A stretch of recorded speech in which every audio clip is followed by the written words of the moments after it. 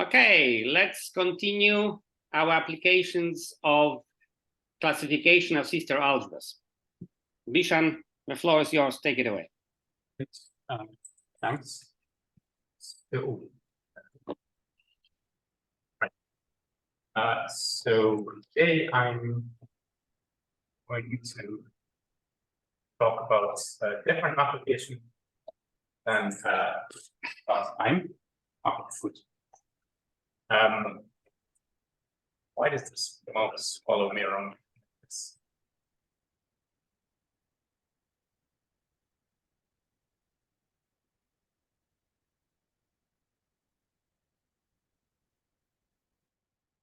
Right. So I summarized title is chaotic racial dynamics. I'll explain what I mean by this as we go. The question I want to address is what is inherent racial behavior?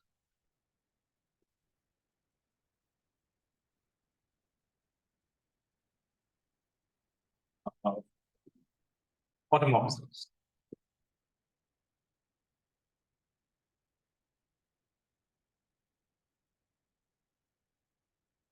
Classifiable sister algebras.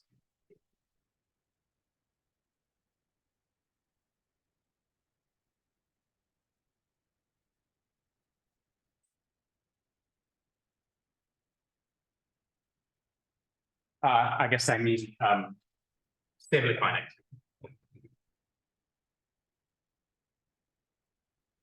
Classifiable sister algebras that have traces.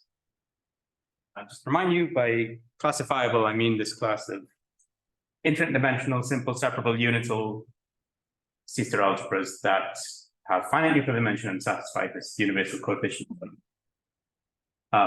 And so the question, what I'll do is I'll gradually make more precise and reduce this question until we arrive at something that we will actually be able to answer using classification. But roughly the question is, if I choose some automorphism of such an algebra at random, what does it look like at the level of the trace space? So throughout, I'm going to assume in addition to A being, so we'll assume that A is one of these classifiable sister algebras. E was my notation for the classifiable category. And I'll assume has a power simplex for a trace space as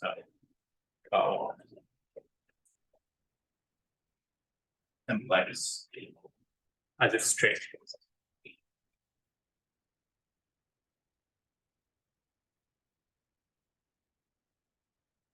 So just to remind you, Bauer simplex means that the showcase simplex has a compact extremal boundary. So this means I'm assuming that the extremal boundary of the trace space is not empty, it's definite, and compact.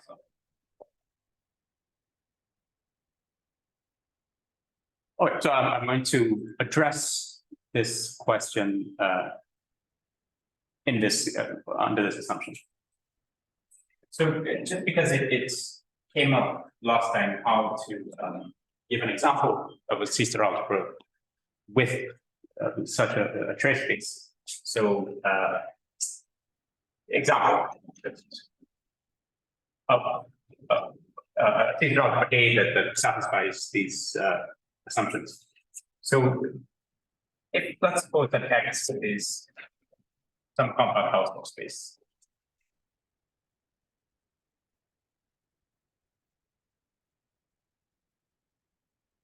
Then the trace space of the events. This is what I mentioned last time, and also in the trace calculus. So the trace space is affinely homeomorphic to the space of parallel probability measures.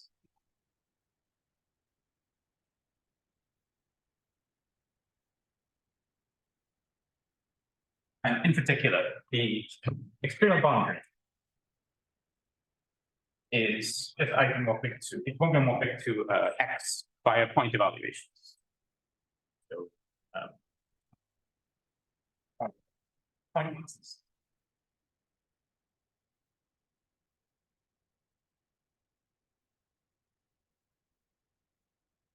Okay, so but this is a commutative example of a C-star algebra trace space that is a Bauer simplex. It's a Bauer simplex because the boundary is X, which I'm assuming is compact. But we can also build, we can use this basic fact to build non-commutative C-star algebras that also have this space as its simplex of traces, and in particular this is the external boundary. So okay, first of all, I can just take the n by n matrices over C of X. That does not change the trace space. So it's general fact that the trace space of matrices over C-star algebra is isomorphic to the trace space of the algebra. So the trace space of Mn C of X is isomorphic to the trace space of C of X. Also, so it's a Bauer. All right, but okay, this is still quite close to being commutative. Yeah, questions? Yeah. I just wonder if you talk about some simplex, compact, simplex. Showcase simplex. Yes, is it easy to define or it's a complicated story? If it's complicated, doesn't I can. I will actually get to the definition shortly. It's something I discussed in the first stuff, but I'll remind. So we'll come to that very shortly. And in particular, there's this boundary operator.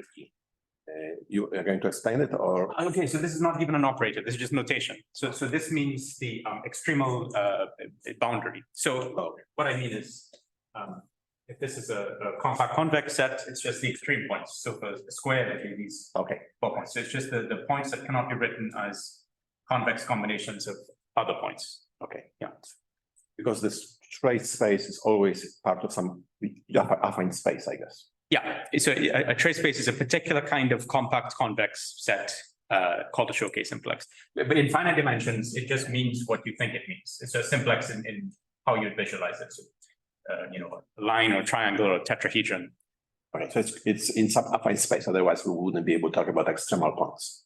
Yeah, absolutely. Yes. So it's a compact convex subset of a Hausdorff topological vector space. Oh, okay. And the vector space is the dual of the C-star algebra. That's the ambient. All right. Okay, but I just want to quickly mention that we can sort of use this observation to build, in fact, a classifier of C-star algebra that also has this trace space. And what you do is you just take an inductive limit. So you can embed C of X into matrices, let's say n1 over C of X, and we can send the function f to f just in itself a bunch of times, and we throw in a point evaluation. So f evaluated in some points f of x1, I mean, zeros, diagonal matrix, and then I can repeat this procedure n2 C of X, and so on, and I do a similar thing. I send a function similar. All right. If I make most of these just the identity map and I stick in enough point evaluations that I choose a dense, let's suppose this is a separable space compact trisequence. So I choose a dense sequence of points. And then I just make sure at each stage I chuck in just one point evaluation. But so the vast majority of the maps is just the identity map. The role of these point evaluations is to make the limit simple. So when I do this, I will get a simple inductive limit. And the fact that most of these are just the identity map means that this is very close to the identity at the level of traces. So in the limit, what I will get is a simple C-star algebra that also has this as its trace space. And if X is finite dimensional, then this will have this will have finite Euclid dimension, this limit. So the result is that so if X is finite, then finite X is finite, the big covering dimension, what we get is a classifier of C-star algebra with the trace space also affine homomorphic to trait space CFS. All right, I just wanted to mention that as just maybe a non-commutative example of a Caesar algebra that has a Bauer simplex as trait space. Okay, anyway, moving on. So let's just go back quickly to the question I'm addressing. So what is the generic tracial behavior of automorphisms? As I said, I'm going to gradually make this more precise and reduce things. First of all, I'll get to the notion of what I mean by generic. So the space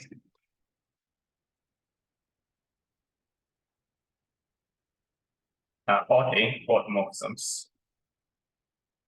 So set of star isomorphisms. This is a Polish space with its quality quantized invariants.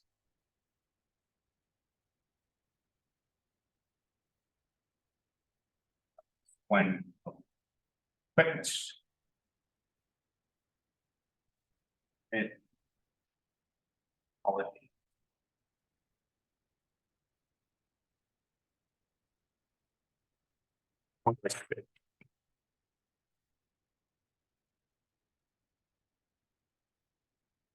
All right, so Polish space meaning it's a separable, completely metrizable topological space. So we can equip it with a metric that makes it into complete metric space. Okay, so the fact that it's a Polish space will inform our suitable notion of what we mean by generic. But first of all, maybe let me mention the other part of this question was what's the generic tracial behavior? To make that more precise, let me say that so every alpha in every automorphism induces an affine homeomorphism at the level of the trait space. It induces an affine homeomorphism.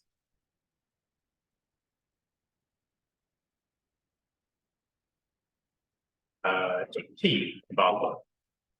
So I'll denote this by maybe homeo alpha.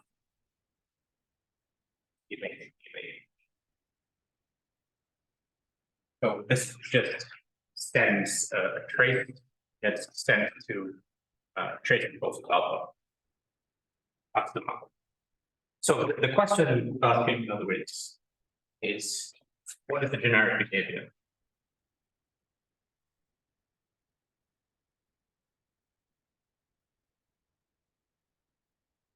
This map P alpha.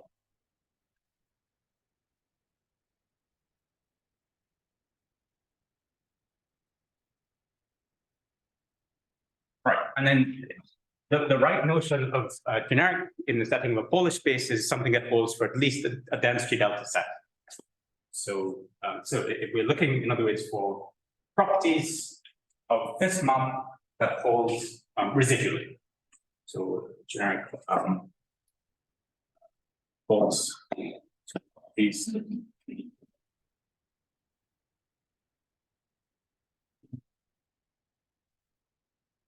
Or at least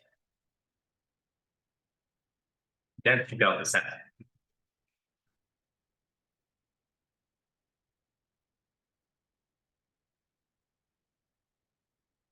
Volumes.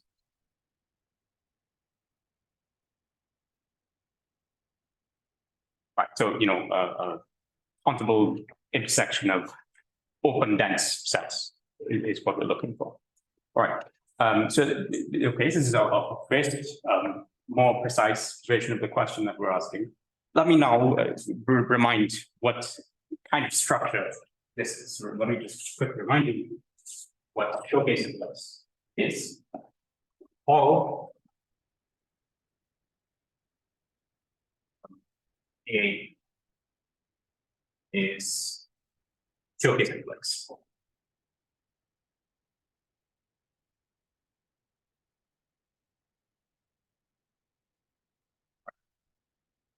So as I said, it's a special kind of compact convex set living in an ambient topological vector space.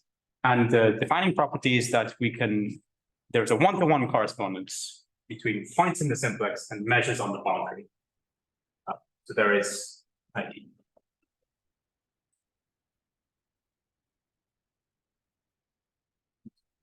Correspondence.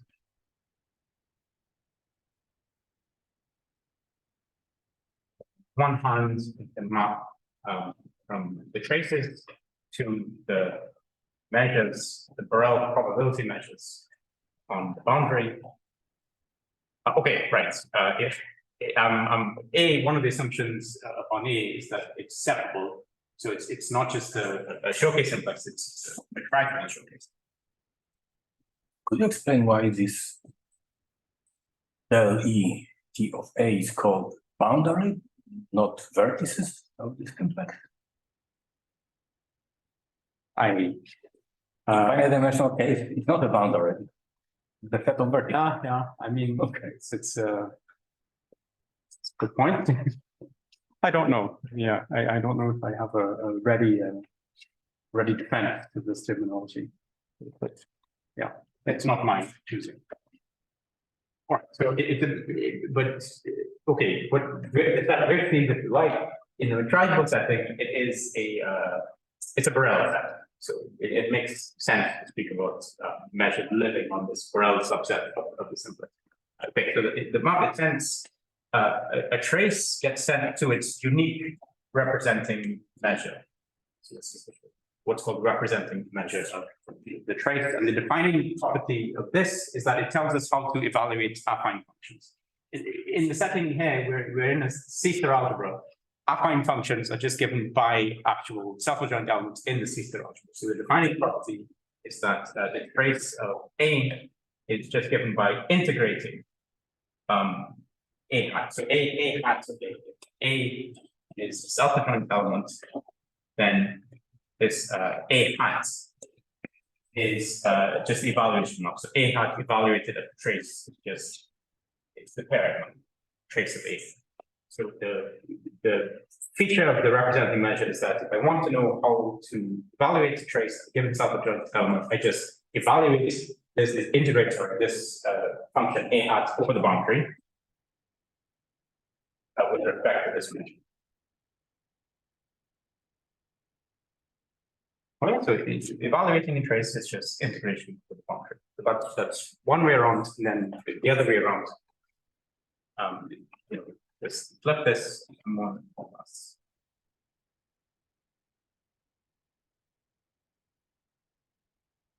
Give me a measure that is reported that lives on this boundary, then this is sent to the trace where element A gets sent to, again, it's integrated.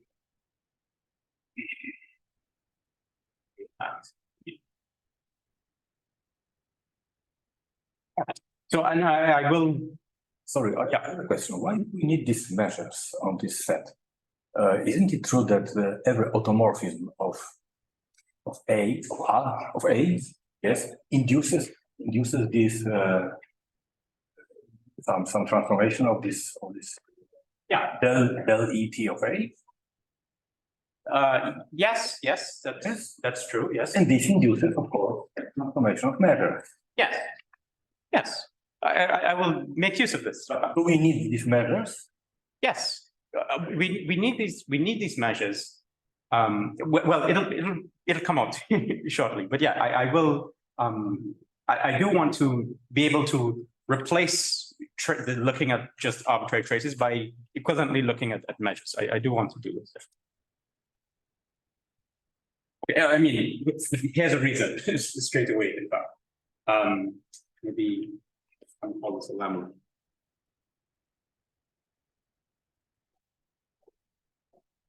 I mean, pretty much what you just said. So instead of maybe this affine homeomorphisms from maybe I'll just write it like this for brevity. Traces a topological space is homomorphic to the space of homomorphisms from the boundary. So All right, I mean, how do I do this? One way around, I just take an alpha homomorphism and I restrict it. This map is restriction. The other way around, if I have a homomorphism of this boundary, that this induces a map at the level of measures, and then by taking the push forward of this, the map at the level of measures is just the push forward. This push forward gives me a definition. So it's the push forward. Let me be more precise about what you just modeled. Sorry, Bhishan, can you remind me, please, what your assumptions on your sister algebra are? It's classifiable. Classifiable. Okay. Classifiable, and I want there to be traces, so it's stably finite, and I want this boundary to be compact. Okay, thank you. Okay, so, but okay, just to be clear, so if we have such a homomorphism, how do I get a map of level of traces? So I need to tell you, if you give me a trace, what do I send it to if I just know what happens on the boundary? So the trace I identify with its representing measure. The measure by this, so I'm taking a homomorphism H in here. So homomorphism at the level of the space, it uses the map at the level of measures, just like the push forward. Push forward. But this gives me some measure on the boundary, and this corresponds uniquely to a trace. So this corresponds to some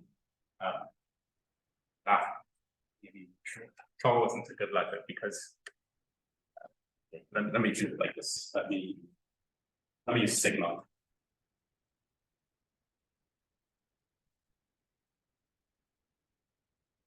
Sigma, I identify with this representing measure, forwards, and then I take the corresponding trace.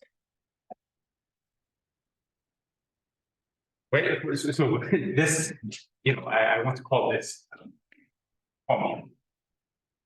Okay, so the map from traces to measures, I denote that by trace that tends to mu tall, the other way around, I see it tall. That's why I want to change it. Right, so this tells me that my question about what is happening in this simplex, I just need to focus attention to what's happening on the boundary, right? What can be said about this correspondence, one-to-one correspondence, topologically? Yeah, this one? Yes. What are topological properties of this correspondence? That's a good Topology from both sides. That's a good. I mean, okay, this is it's an affine homeomorphism. Affine homeomorphism. Affine homeomorphism, yes.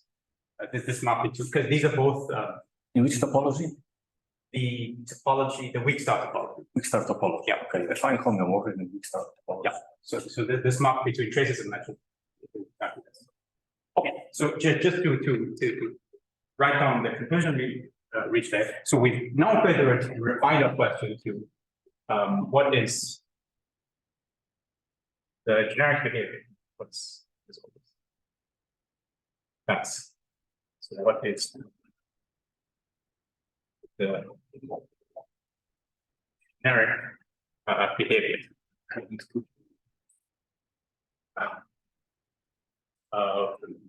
Present for a while. Yeah, I will move it. okay, yeah. Yes. Good. Okay. Yeah. Of this restricted to the bomb. That's our question.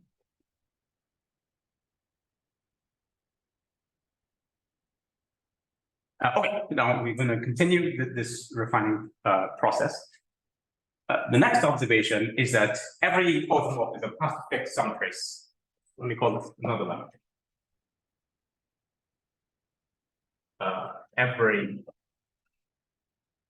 alpha in or A fixes some trace. There exists some authors that talk about alpha is all.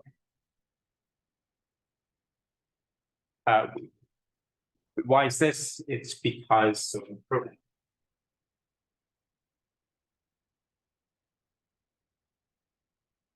This action that we have, this action we have on the trace space, so this map sends sigma gets mapped to sigma composed with alpha. This is an action, represents an action of the integers on a compact convex set. This gives an action of Z on a compact convex set.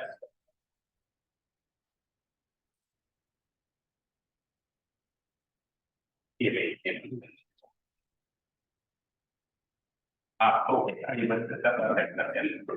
Because this is an amenable group, definite by definition of amenability. Every action on a compact convex set has a fixed one. Or I mean, it's maybe a bit of a Fine action. yeah, yes, yeah. Yeah. So it is necessary. Yes. That is true. Yes, this is the definition.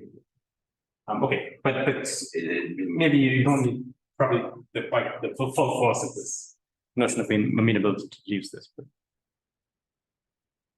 So equivalently, another equivalent way of saying this is that this action on the boundary has to fix some measure. So there is mu, namely the representing measure of this trace in the lemma that is fixed.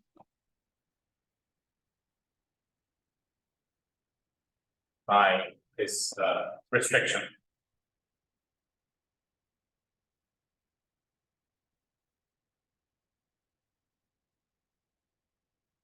So why don't you add it to this fine action Yeah, to use amenability? yeah, that's true.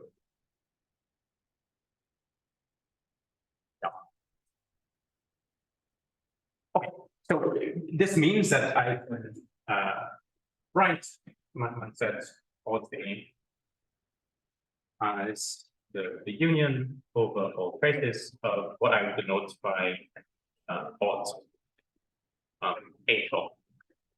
And by this I mean the automorphisms and pixel.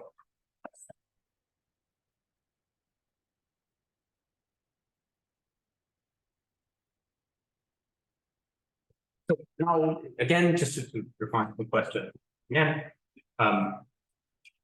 my question now is, what is the generic behavior of this? And from now on, maybe just to, I'll just call this all the time H. H will be the restriction of this induced tracial action, H for homomorphism on the boundary. So what is the generic behavior? What holds for a density delta subset?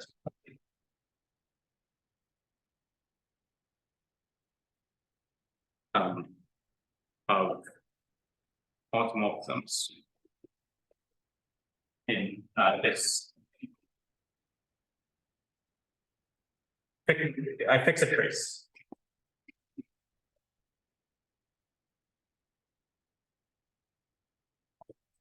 So what I'm going to do is, as I said, equivalently, I can think of automorphisms fixing a trace or this induced action on the boundary fixing a measure. I'm going to map this by taking the induced trace map restricting to the boundary. This gives me a map onto what I'll denote by H X mu. So this is my location for homomorphism X. Okay. Could you explain more the relation between the generic behavior of autos in automorphisms fixing this tau and generic behavior in the sum of this? In the union, you mean? In the union. Yeah, I mean, yeah, this is a good some Polish topology of this space. Yeah, I mean, I guess all I'm claiming, and maybe I'm not even claiming, I don't think I'm claiming really, that if I know what's generic in here, this gives me generic in the union. I think this would be too much of me to claim. But instead, what I will say is that I'm going to focus attention on this particular piece of this, and I'll be able to answer the question when I restrict attention. I don't think, yeah, it'll be a bit not so clear if I can lift that to the union. Yeah, that's a good point. All right, so, okay, as I said, I'm going to throw an automorphism fixing the trace. I'm going to look at what happens at the level of the trace space. So this gives me a mark down into H. So the homeomorphisms on this boundary that fix a given measure, the measure being the representing measure for this trace, all right? Okay, now this is a situation where now I'm just in topological dynamics. I'm in the setting of measure-preserving dynamical systems. Okay?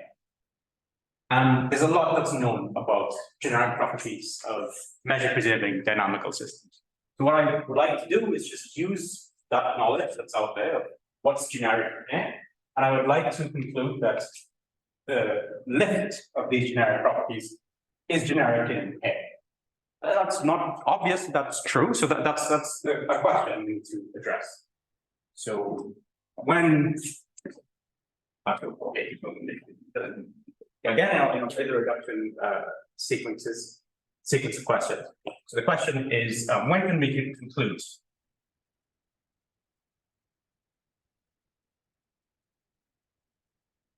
that the pre-image of something generic in the topological setting is generic in up above, so that so the pre-image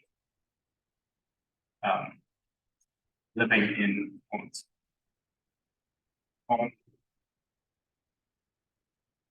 is density delta whenever I start, whenever P in this homeomorphism space. Homeomorphisms fixing this measure is the density.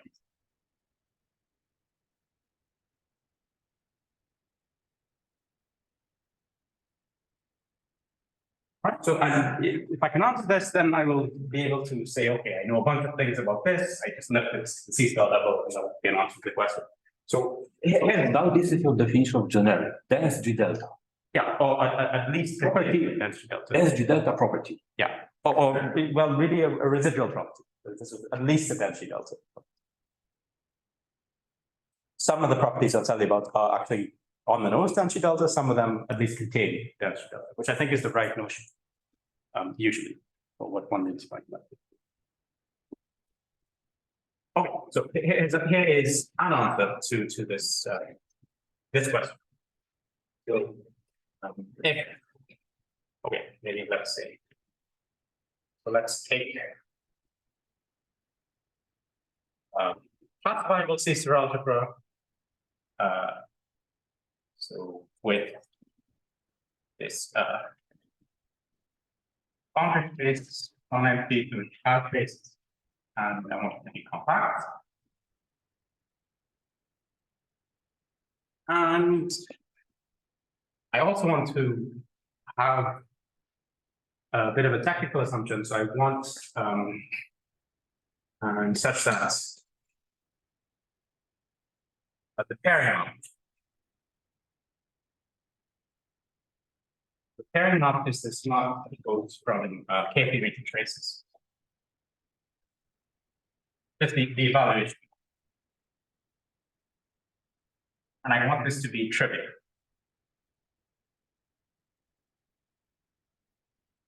In other words, what I want is that for any projection P in A or in some matrix algebra over A, I want the function, the P hat that sends a trace to trace of P.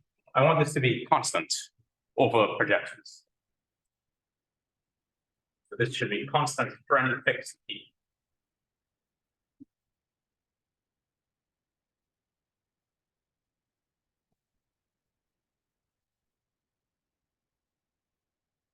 I'll give you some examples of when this holds shortly. Sorry, I have still some problem with this dense G delta. Yeah.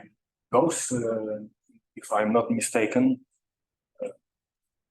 rational numbers in real numbers are dense G delta. So does it mean that right? Generic that's a real number. That's not true, but Why? irrationals are dense G delta. G delta is an intersection of opens, enumerated intersection of opens, right? Okay, What is the so take the ball of rational radius around every rational number, take the intersection of these. This is the set of rational numbers, and this is dense in reals, but it doesn't mean something is fishy there. Something is fishy there. something is fishy. Something is fishy there. Should not be. Apologies here. But I missed that. Okay. Okay, take the set of rational numbers. Okay, take a ball of rational radius. Okay, around every such. Okay, take the intersection of unions of such balls. Oh, well, are you going to specify the radius or what? Sorry, Are you going to specify the radius or what? take the for instance, one end Okay, of radius one end. along all rationals.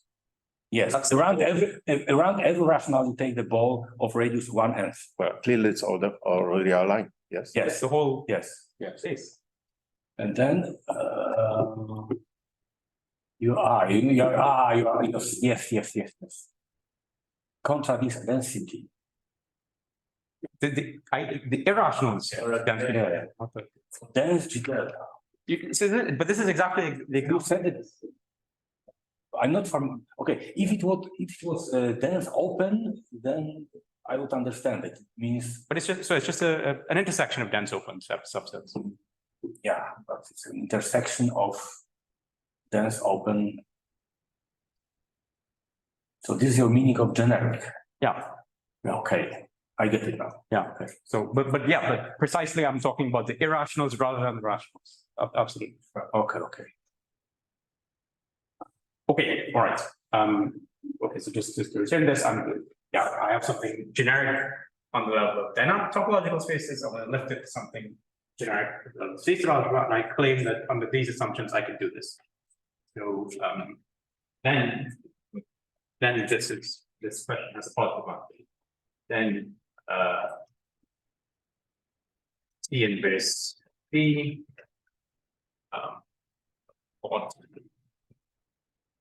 a top in G delta whenever V living in H fixing the representing measure case. Okay, so when I'm in this setting of Sister algebra, then I can make use of the fact that I have all this knowledge about generic properties of the measure preserving topological dynamical systems. So just to give you some examples of Sister algebras that have this property, that have this trivial tracial pairing property. So, for example, interval algebras, so AI algebras.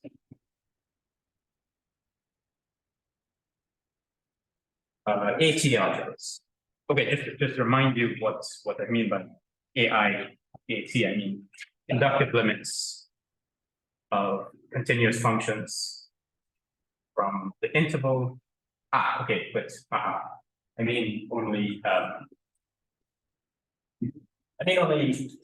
So in principle, an AI algebra would be limits of continuous functions from the interval into something finite dimensional. But I just want actually a single matrix bucket. So these kinds of AI algebras and also these kinds of AT algebras.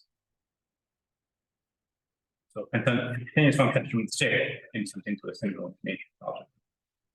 Or limits of these prime dimension graph algebras would also be examples. Just not even prime is necessary, just dimension graph algebra. So that is EI if you want.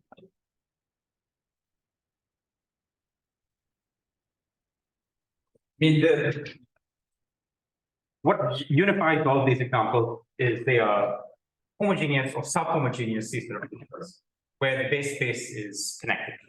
we have some kind of connected spectrum. And the reason for this is in this kind of homogeneous setting, there is, as far as projections are concerned, there's only one trace. That is just integrating with some measure of just the constant rank of the projection. Connectedness ensures that any projection has constant rank, and the trace is just going to send that projection to its rank, normalized. So we have no choice for what is happening at the level of traces once I have some kind of connectedness of the spectrum. All right, so all of these kinds of examples fit the bill, as long as we have this. It's also a restriction that we want the boundary to be compact, but okay, there are a lot of potential.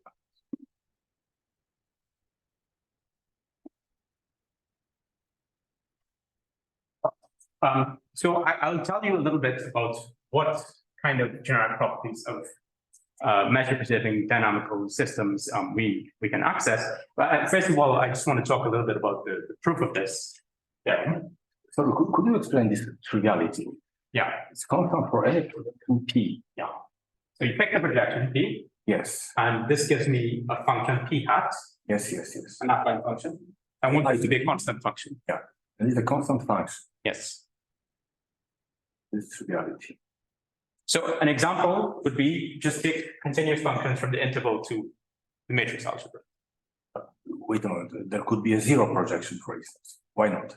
Sure. It has to be So constant. Value on zero is what? Zero? Yes, that's the constant. So for each projection, it's constant. I'm not saying for all projections, it's the same function. It's a constant. It's For each projection. T. Yes. It's Tau. Okay. yeah. Yes. It's a constant function of tau. Oh, yes. Okay. That's it. So yeah, the zero is the constant zero function. The identity would be the constant one function. Or if I look at projections in the interval to a matrix algebra, what I'm saying is that any projection has to have constant rank. Yeah. So this is interesting because in the set of fine transformation of T of A, there is a neutral element, which is identity. But now I see that there is another one corresponding to the zero. Sure. I'm trying to process what is this? What kind of what kind of structure is this? I mean, or when you say identity element, what do you mean by identity element?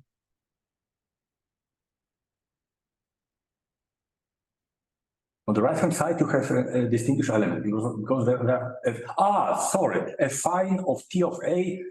These are not a fine. Right. No, yes, a fine mapping from T of A to R. Yes. Okay. Yes. Okay. Now, okay. So sorry. No. I mean, Yeah. Okay. I understand the confusion because I have been talking about these things, but no, I'm not. This notation is just the affine functionals, if you like. So you do the Is that okay? No. Yes. Yeah. Okay. All right. Okay. So let me know. Try to some extent the proof of this. So the proof is via classification. The proof of theorem. And the idea, as I said, is going to limit this by classification.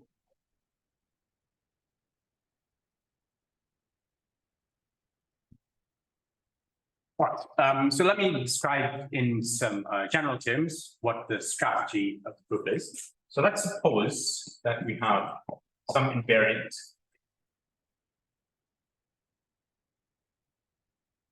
that it's based on K-theory and traces. Right? Find by K-theory and traces. I'll make more precise what this means soon. That classifies morphisms.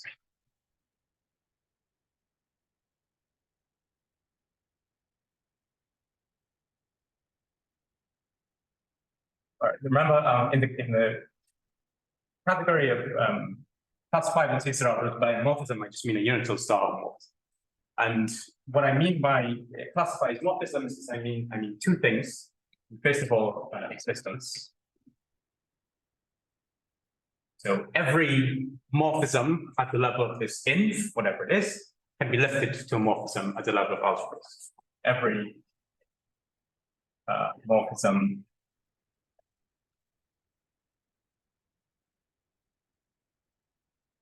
into itself lifts to a morphism. Unital style morphism.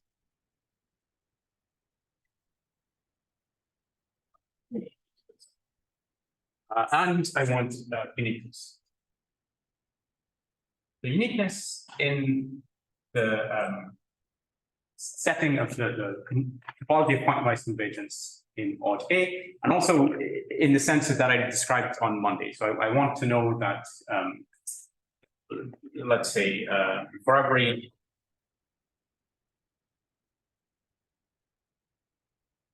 phi morphism, let's say, for every morphism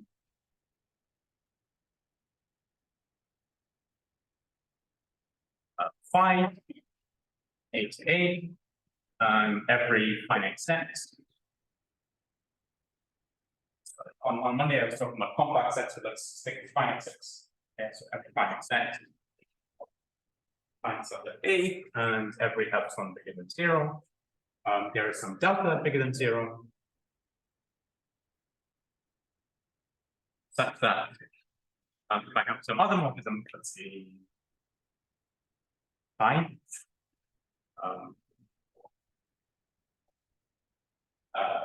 and let's say that I have this described on Monday. It agrees with phi on delta agrees on traces. Agrees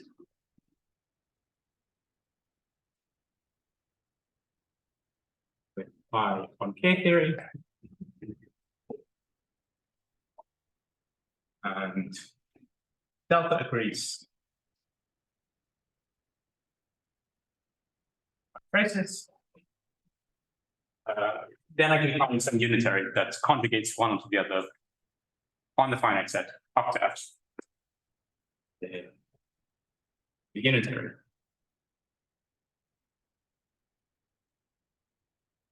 U such that say plus F and M by A minus U side.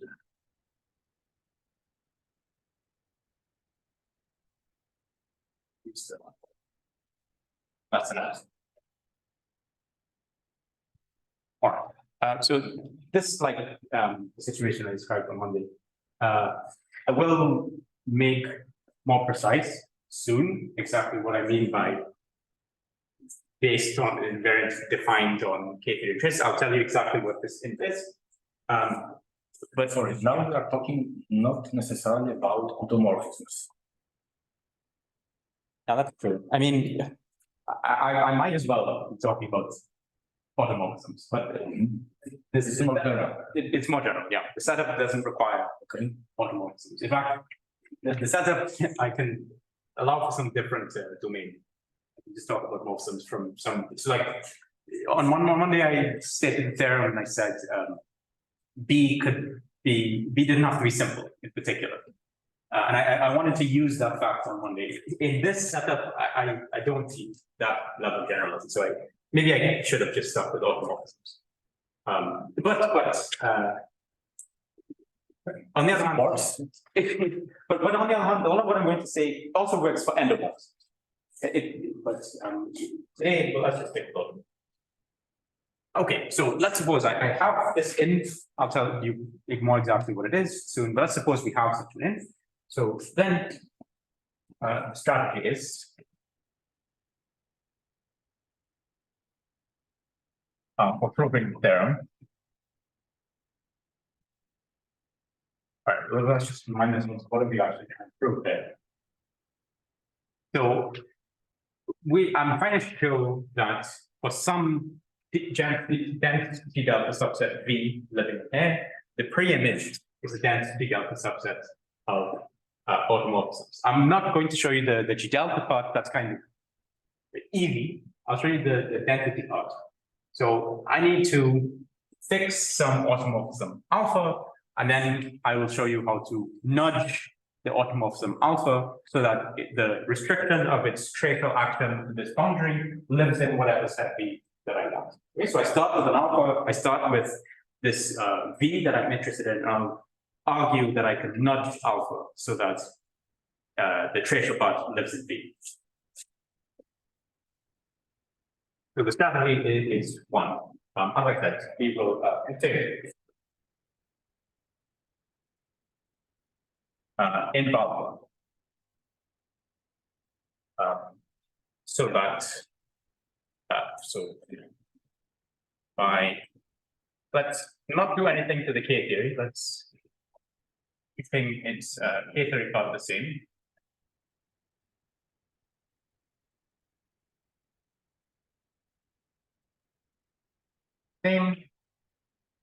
But replacing this tracial part by some nearby.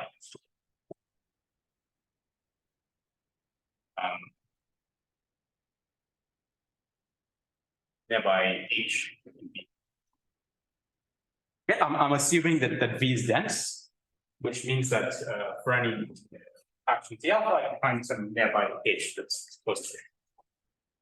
All right.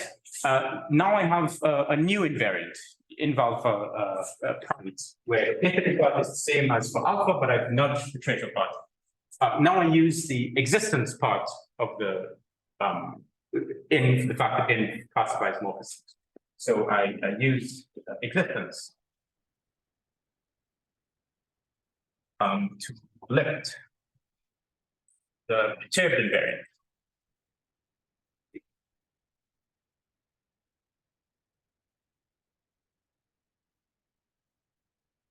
Another morphism which I will by alpha H. All right, but this by construction, this new morphism alpha H, its invariant, its K theory part agrees with alpha, and its tracial part agrees with the tracial part of alpha up to some delta, whatever delta is I need. So now I'll use uniqueness to conclude that alpha and alpha H must be close up to epsilon in a given finite set. So concludes that alpha is epsilon close on F to, right. So I mean, it may not be alpha H, I may have to take a unitary conjugation. So to a unitary conjugate.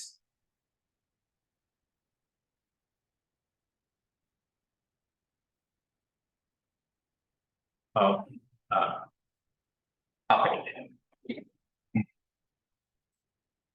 And taking a unitary conjugation does not affect anything about the action on traces. The tracial functor is invariant under unitary equivalence. So the tracial part of this unitary conjugate is the same. Right, and then that'll be it. That's it. Then I'll be done. Right, so I started with some alpha, and then I found some alpha H whose tracial action is in V, is where I want it to be, and it's close to alpha. So that will show that my lift of V is dense, right? So, I mean, the only potential sticking point is this first step. How do because I need to know that I can actually do this. I need to know that if I take inv alpha and I just perturb its invariant suitably, I need to know that this still gives me a valid morphism. So does this give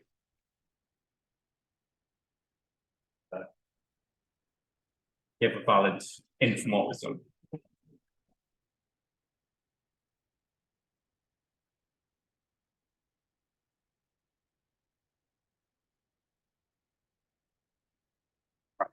Okay, but to address this, let me finally tell you, okay, what is this inf? Otherwise, we're just sort of talking generalities. So the question is, what indeed is inf?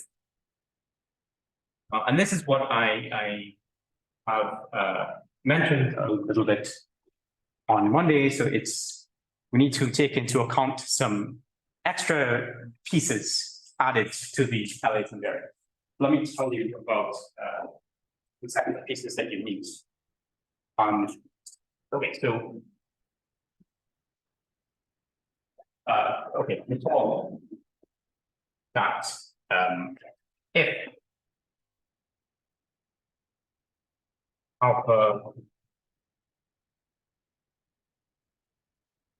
I have two units of star homomorphisms that are approximately unitarily equivalent, then the LA invariants agree.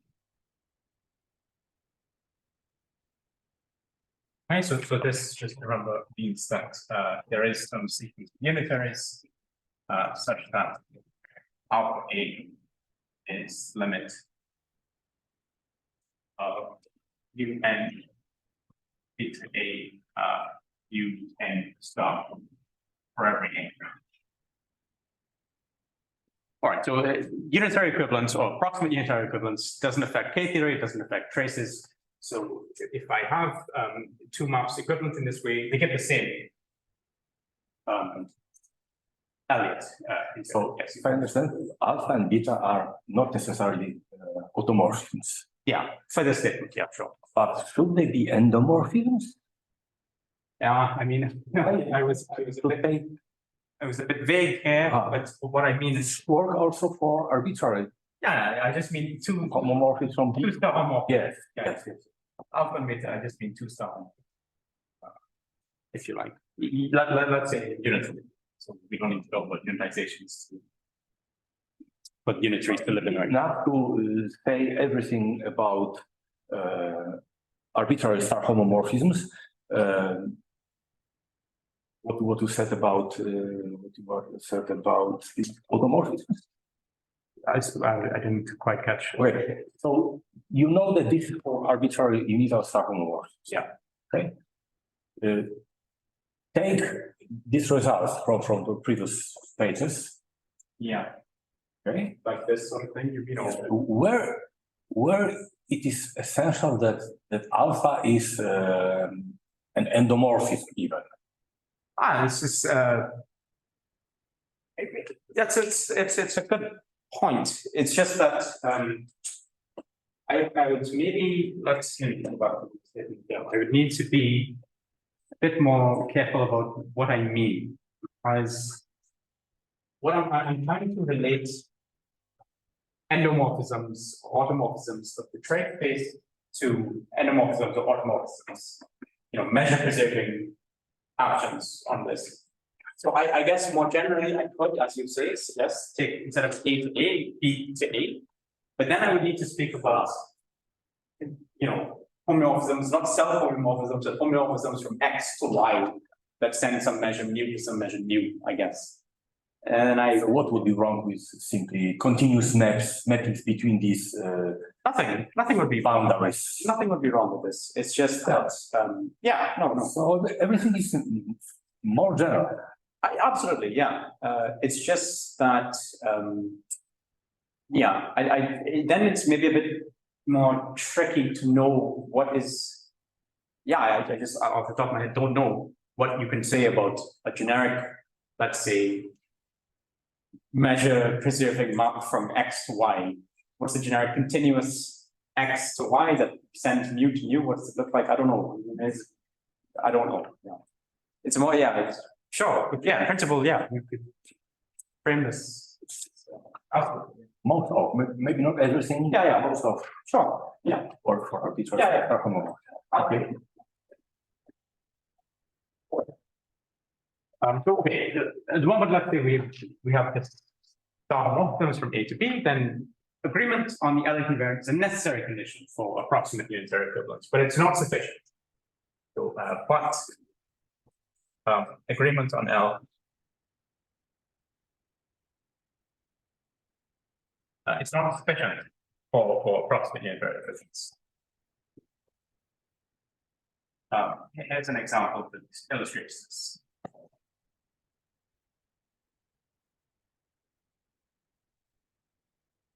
All right. So let me take. So let tall be the unique trace on the geometry level.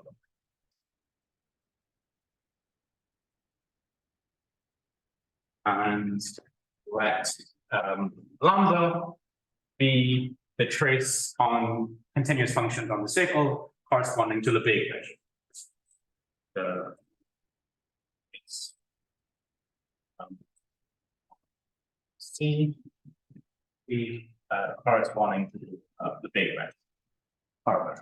Yeah, exactly. The Harvard.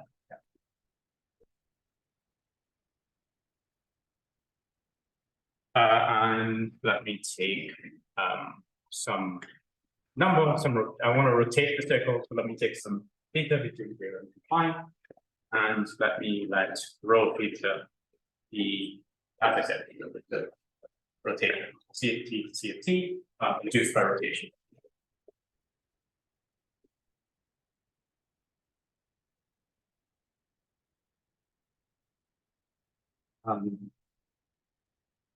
That's alpha from continuous functions on the circle Z be a star homomorphism that holds back this unique trace to the Lebesgue trace with trace composed with alpha is lambda. Right. I'm telling you as a fact that there does exist such an alpha, and then beta be. So now you are talking exactly about this phenomenon. You have two measured spaces with different measures, and you have a That's true. Yes, it's the same mechanism. Yeah, absolutely. Yeah, you're completely right. Yeah, absolutely. So now let me. So this is the real context. Absolutely. Yeah. No, completely. You're completely. Okay. Right. So alpha pulls back this Lebesgue trace of pulls back the unique trace to the Haar trace, and then beta does the same thing except I pre-compose it with this rotation. Right. So the key thing, the reason I want to choose this Haar measure is that it's rotationally invariant. So beta also this is also a lambda. And in fact, these two maps agree on K theory as well. What's the K theory? The Jacelon algebra, there is no K1, so we don't need to even talk about agreements on K1.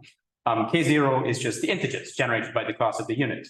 I guess I want this to be a unital star homomorphism, right? So all the time I'm talking about unital star homomorphisms. Any unital star homomorphism from CFT to Z has no choice. This maps the class of the unit to the class of the unit. So both alpha and beta do the same thing at the level of K0. So these agree on the Elliott invariant. L alpha is equal to L beta. But they are not approximately unitarily equivalent. But alpha is not. Sorry, remind me, please. Elliott invariant does not have K1, does it? Yes, it does. Yes. So how come you have an agreement of K1? K1 of C of T is Z. Because the K1 of the Jacelon algebra is 0. Yes, but K1 of a circle is not 0. But these are two maps from some group into the 0 group. So there's no choice. So these Elliott of alpha is a morphism from on K1, it's a morphism from K1 of C of T to K1 of Z. Okay, maps are supposed to agree, not groups. Okay. Mm-hmm. Exactly. Yes. Yeah. Thank you. All right. So they agree, but they are not approximately internal equivalent. And the thing that distinguishes them is the determinant. What, in fact, it's what's called the De La Haar-Kandalin determinant. This the determinant distinguishes.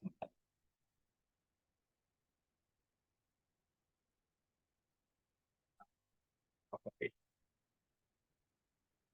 I mean, maybe I'm not going to precisely define what this determinant is, but maybe let's imagine the following situation. Okay, I have let's say I want to describe a map from C of, I don't know, I keep going back and forth between S1 and T. I don't have consistent choice of what I use for the note cycle, but whatever. So this to MN CI, same. All right, and it's just given by these n eigenvalues there. Let's say I have two, I want to describe for you two maps. So one is just constantly, it's a constant map. So function f maps to, you know, f of e to the 2 pi I, whatever it is, theta over n, 2 pi I over n, you know, let's say 2 pi I over n. Maybe let me write it like this: f of lambda 1 and of lambda n.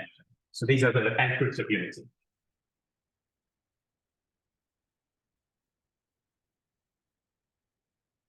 All right, so it's just constant, it doesn't do anything. The second map is like this, except there is some rotation involved. And the rotation is like this, so it just rotates one to the left and then it goes back. So it just takes the points, plots it 1 unit to the counterclockwise and then goes back clockwise. Okay. At the level of K1, this does nothing because the winding number is 0. It goes once and all the way back down. So these two maps agree at the level of K1. They also agree at the level of K0 because they're just unital maps. So that's enough for agreement at K0. But if we take the determinant of these, there's a very, very big difference. The determinant of this, when I do just this shift by this small number, when I multiply them all out, it's a full rotation.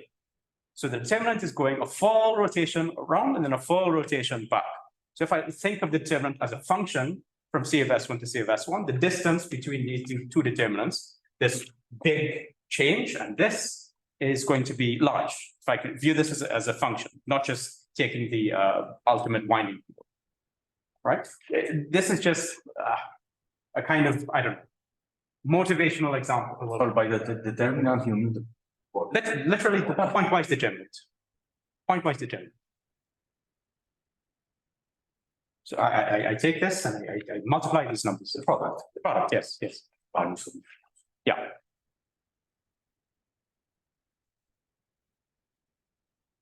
Right, so that's could you repeat this argument with this. This constant determinant. Okay, what is alpha? Okay, so write the formula for alpha. Yeah, okay. Let's see. Alpha of f at t is I mean, okay, so I want two things, you know, I want it to be something if t is in, let's say 0.5, and then I want it to be another thing if t is in 1. Okay, I need to think about this. So I just want to describe a rotation that sends this point to this point in half the time, right? So, do you know what I mean? So if f is f of not t lambda 1, but I need to think about how to define this.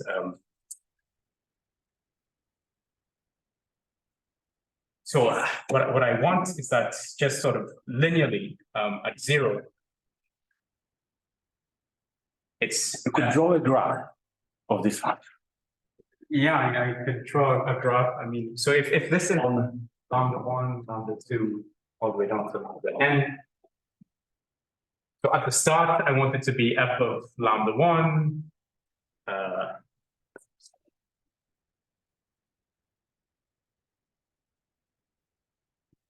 F of lambda 1, f of lambda n.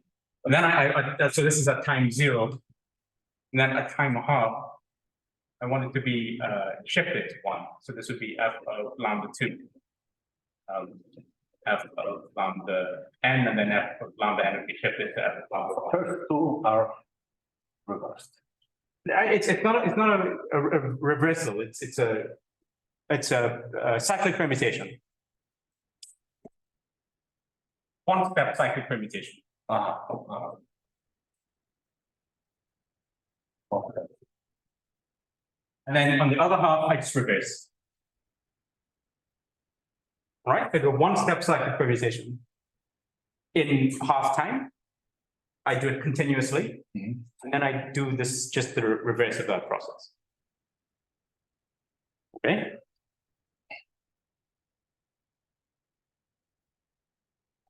And I claim that if I view the determinant as a function from CFS1 to CFS1, then, and I look at the uniform norm. Is alpha a homeomorphism?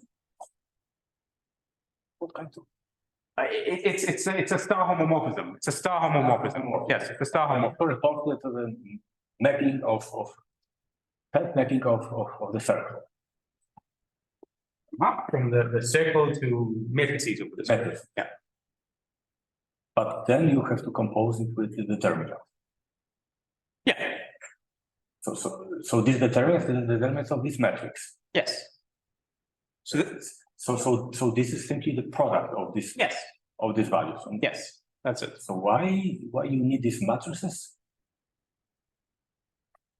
Just to describe this rotation, I could do it with a single point, but then sure, I could do it with a single point, I guess. Yeah, I'm really regretting even going into this. All I'm claiming is that I don't understand this. so I'm describing two maps from continuous functions on the circle into matrices. Right. These two maps, I'm saying they agree at the level of K. So you mean the identity and this?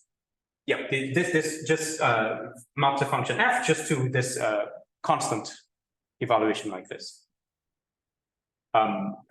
This map and then this map where I do a one-step cyclic permutation and go back.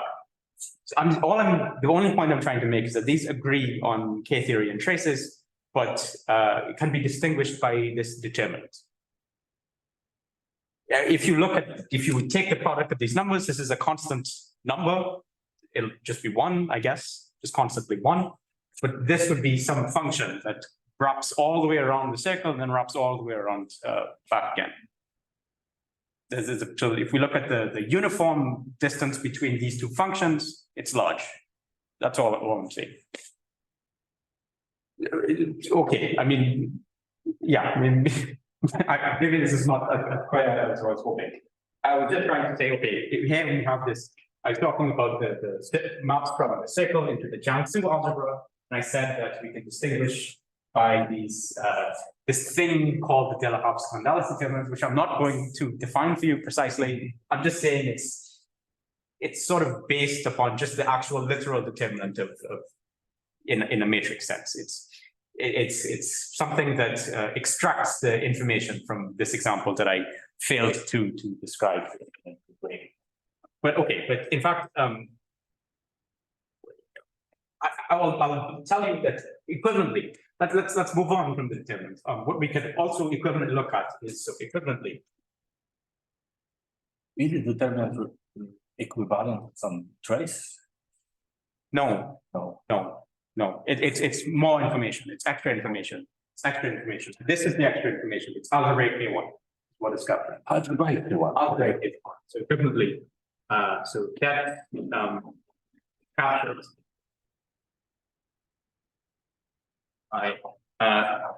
Half-dopized algebraic K1. And this is, in other words, it's defined to be, we look at the group of unitaries in matrices over A, quoted out by the commutator sum. Closure, that's what makes it half-dopized. We take closure. So this bar means half the cost. Yeah. So this is equipped with some kind of inductive limit topology. We take the closure as well. I mean, because it's a union of unitaries and matrices. And by this D. So this is not exactly algebraic K1. No. It's half-dopized Topologize. And Then all the way only is talking about unitaries. So it's half-dopized algebraic unitary even. And okay, just to be clear, by DG I mean the derived subgroup, so the subgroup generated by commutators.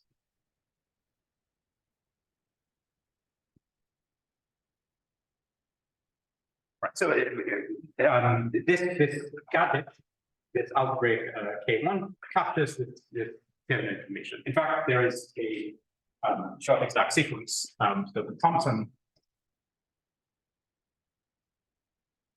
exact sequence related this new information to the LA invariant. And the sequence was like this. So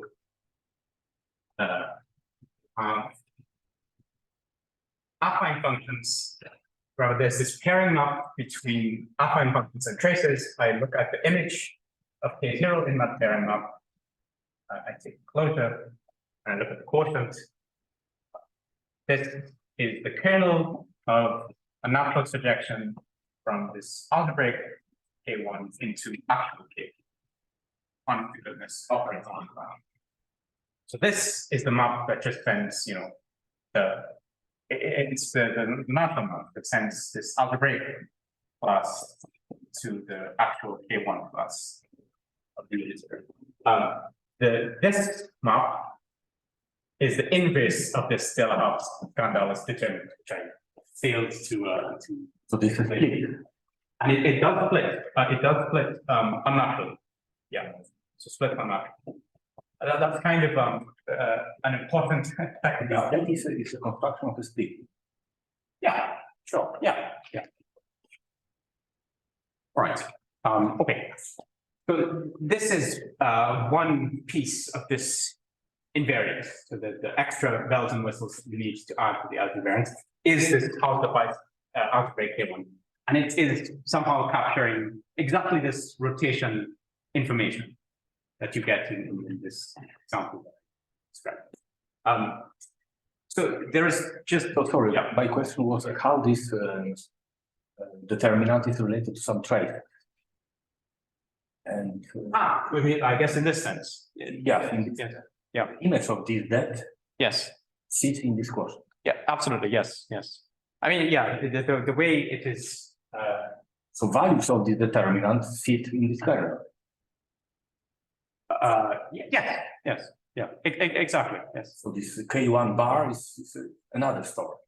Yeah. So this the Del-Hobbs-Gandal's determinant. What does it do? You give me a unitary or the class of a unitary, and it describes a function, a certain kind of function on traces. That is well defined up to this image. So this kernel and this quotient, Yeah. both it's an extension of LA. Yeah. Yes. Yeah. But there is some additional information contained in this short exact sequence about the story about this K1 bar. Yeah. But this difference is not so big because this short exact sequence is split. Yeah. So Yeah, but moral from the story. This splitting is something you really do have to pay attention to sometimes.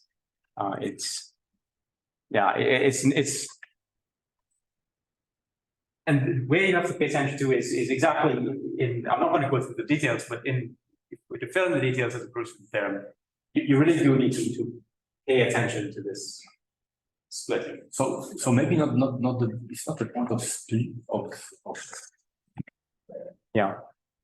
the problem is that the splitting is unnatural. Yeah. Unnatural. Yeah. It's exactly the unnaturality that's Okay. that is the issue. Yeah. It's the hot. Absolutely. So maybe I'll say briefly. So the remaining ingredient of this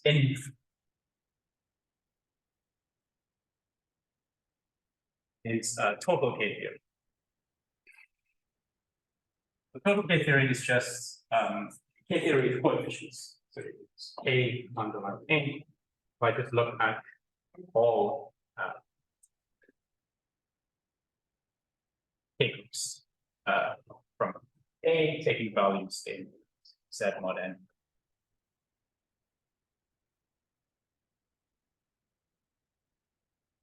Yeah, and this is needed if there is torsion in the K theory being needed.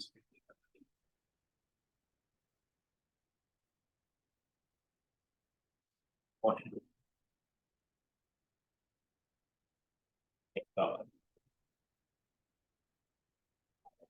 that's it. So int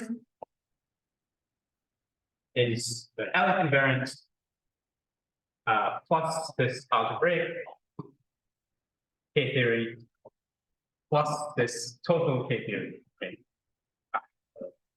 Sorry, could you please explain K groups with coefficients? I mean, I'd rather not. Yeah, I mean, you can define this as the K0 group of certain tensor products of A with C-star algebra designed to have torsion in the K groups. Yeah, if you like. So you can define it as sort of K star A tensor, what you might call IN, where IN is some kind of like dimension drop algebra thing where there is, as I say, torsion. Okay, yeah, fair enough. Okay. Sorry, I cannot understand this. Is it saying plus? Yeah. Mean that Let me be more precise. So because K1 bar already exactly, yes. sense is related to K1 of A. Yeah. Quotient of it. So let me say it like this. So is there a finite by of L? So by including. So in a sense, you in the Elliott invariant, you have to replace K1 by K1 bar. I'll draw a diagram that needs to be respected in a second. So find out by including K1 ouch and K bar together with. So this is it's kind of tries to be what it is at the level of objects, but together with compatibility diagrams that need to be respected.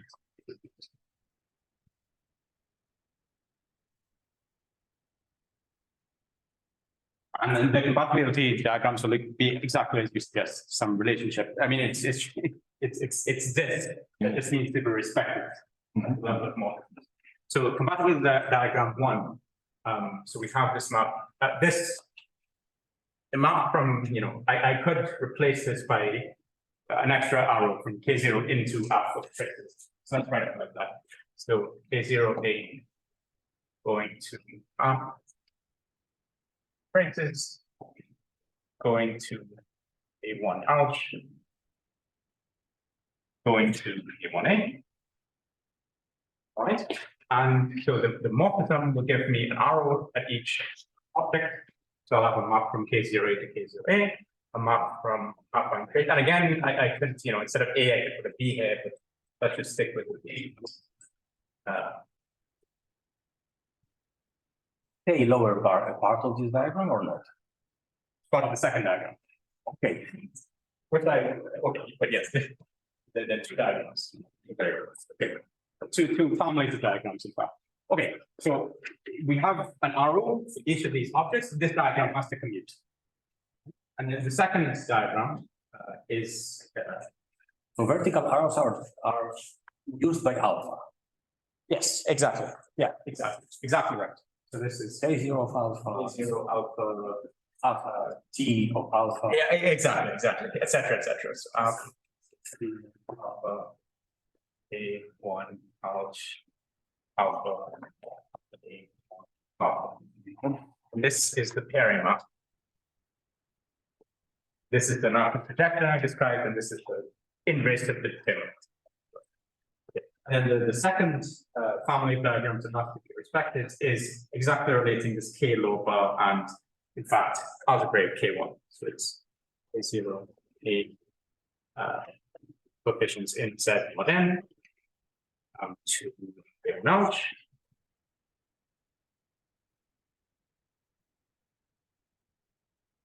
Now to K0. Okay, I'm not going to describe what these maps are. So this is in this paper by Jose Carrion and his co-authors. I've mentioned the archive paper that appeared a few weeks ago. So this is for every n, we get such a commutative diagram. There are maps that you can define. This diagram has to commute. So this again is the K0 alpha with coefficients, and this is K1 alpha, these vertical arrows. And then you can, there exist maps that relate these two that I will not describe to you. So it's like this connecting homomorphism in some. Okay. Exactly, yeah. So maybe what I will just say is, all right. So, and maybe I state theorem. So the theorem, due to, as I said, say Ariana's faultless, can again, the Schaffhauser aren't pieces as to your points. It's also in some form in numerical quantum theory. It's that this in that I described. So in meaning the L invariant together with algebraic K1, together with this K theory coefficients, total K theory, together with these compatibility diagrams, it is the invariant that we want. In does classify homomorphisms in the sense that I described.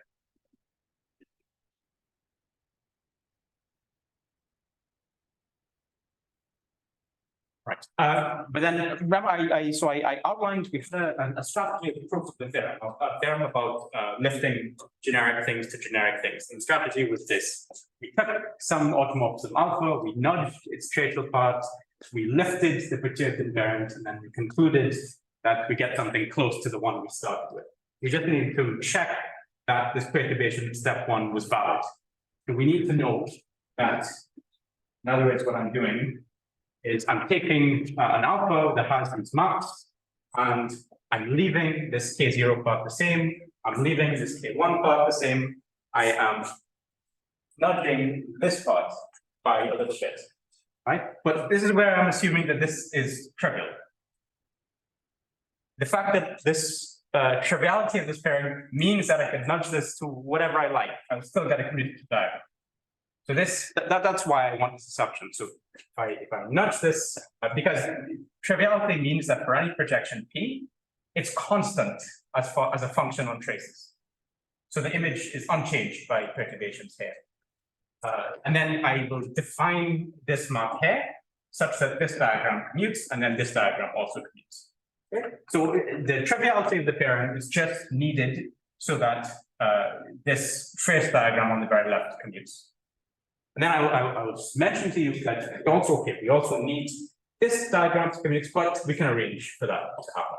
We can nudge things suitably so that we also get commutativity of this diagram. And in fact, if K1 of A is torsion free, this diagram is automatic anyway. But okay, but that's the end. Sorry, I have a question. Yeah. If there, if you think about the third column in the first, yes, here. Then you can think about the kernel of the next arrow and the image of the previous arrow. Yes. Equal, okay? Yes. Can you describe what is this? What is what? The kernel of this last arrow, or the image of the previous one? The kernel of this arrow. Yes. The kernel of this arrow. Yes. Would be the image of the house determinant.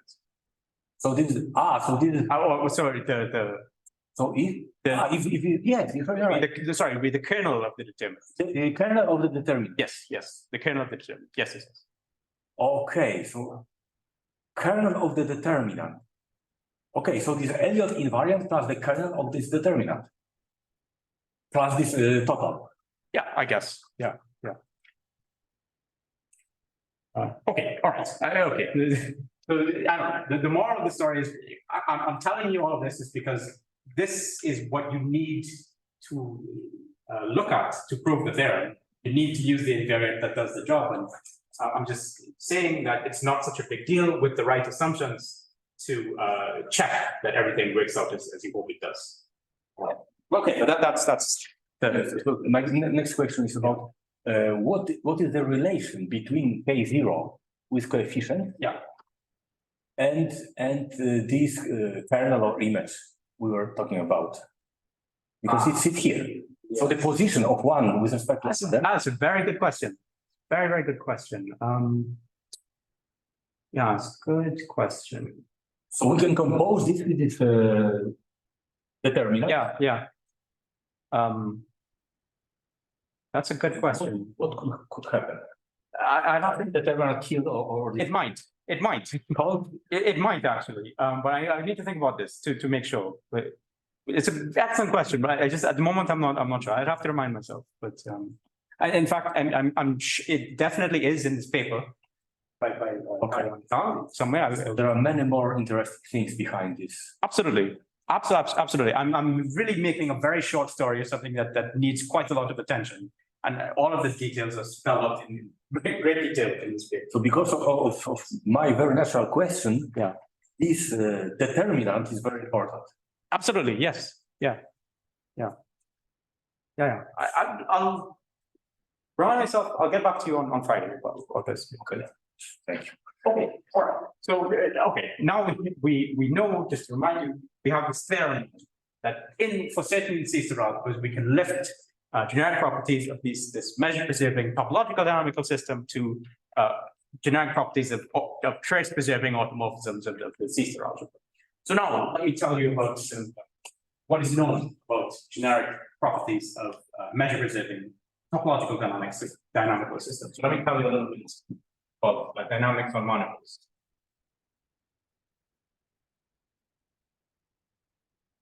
Right, so in this setting, I'm going to let X. So X you should think of is going to be our boundary of the trace case, which I'm assuming is compact, but in fact I'm going to assume more. So I'm going to assume it's a compact connected topological manifold. Compact connected.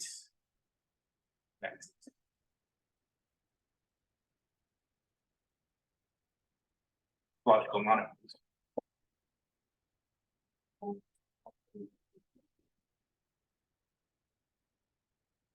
And I'm going to take mu to be what's called an OU measure.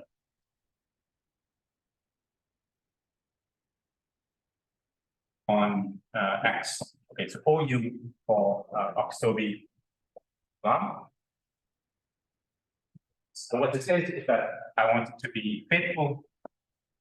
So the measure of any non-empty open set is bigger than 0. I want it to be diffuse, so no points have positive mass. And I want it, if there is a boundary of X, I want it to be 0 on the boundary. 0. The boundary, if there is a boundary. I will take H to be in H X mu. So just to remind you, this is a mu preserving homeomorphism from X to X. So homeo X such that the push forward, so mu composed H minus is mu. All right. Well, first of all, why are these called? Why are they named after Oxtoby alarm? This. Theorem. Probably I don't know this, but my intuition is that this could work also for connected topological manifolds with corners, not necessarily with boundary. Good point. For example, on the square, it should work. Yes, in fact, that's exactly what what I'm going to say here. Yes, Okay. exactly that. But it's a good point. I didn't actually. I never sort of. You raise a good point. I haven't read your notes. Sorry. No. But this is. So the theorem is that on the square, yes, these OU measures are precisely the ones that are homeomorphic images of Lebesgue measures. Lebesgue measure. So on 0, 1, the n OU measures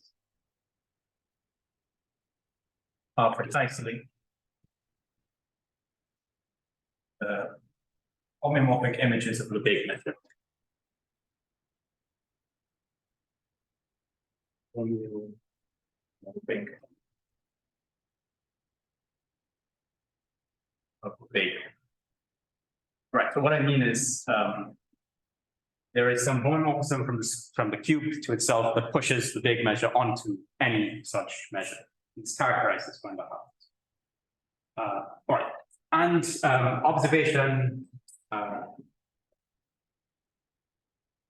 It's not so unreasonable to restrict to attention to these kinds of measures because they're generic. Let's say we're in the boundaryless case. So delta x is empty, then OU measures are generic.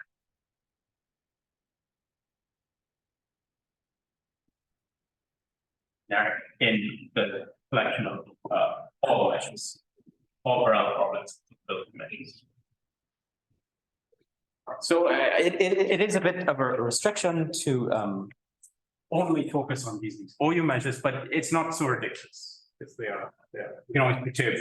So again, this means generic means in the space of measures, now generic also means the same. Yeah, in fact, it's the on the nodes form a density delta set. These. Okay. Yeah. And again, with the weak start policy. All right, so I want to basically tell you about two properties of measure preserving canonical systems that are generic.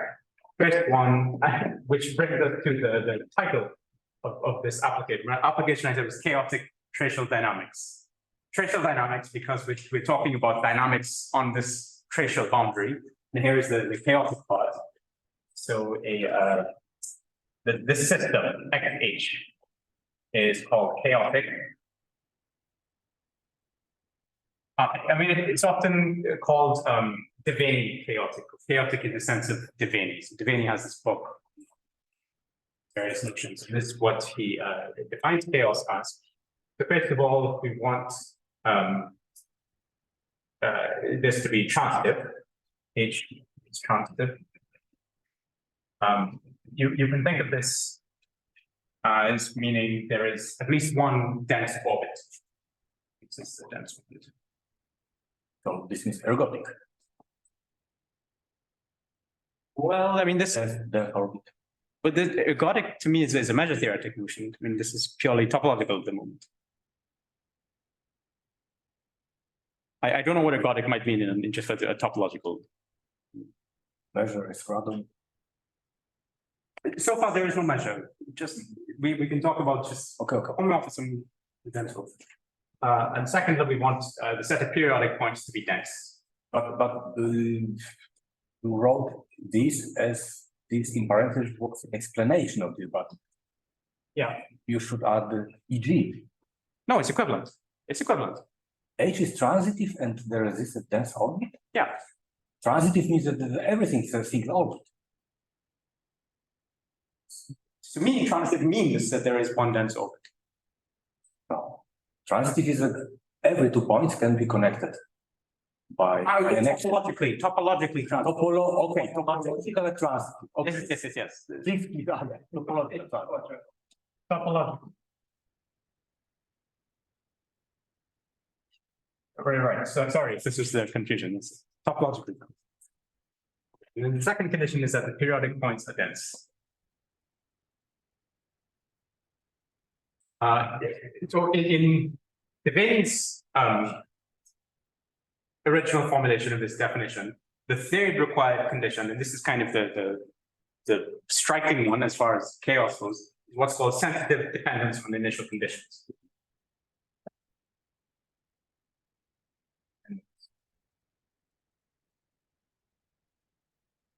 On initial conditions.